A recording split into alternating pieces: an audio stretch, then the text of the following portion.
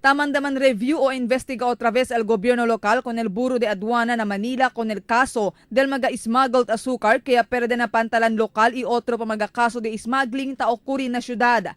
Asigon con el alcalde Maria Isabel Climaco, hindi sila konbensido con el resulta del investigasyon que hace el Buro de Aduana na Manila, siendo un ordinario empleyado del Buro de Aduana aquí na syudad lang, el quien sale culpable. Takre si Climaco kay nuay que hace na caso un empleado, además envuelto aquí el alto oficiales del ahensya na syudad.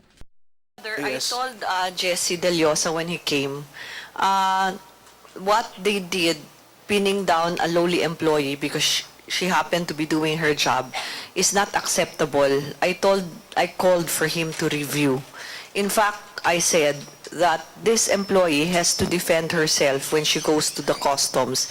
I told them they must pay for her travel.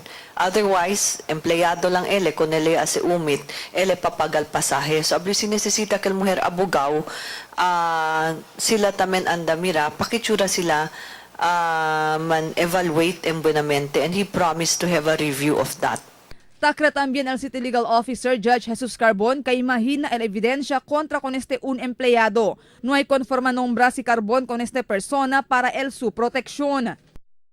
We find that the evidence against her is not strong.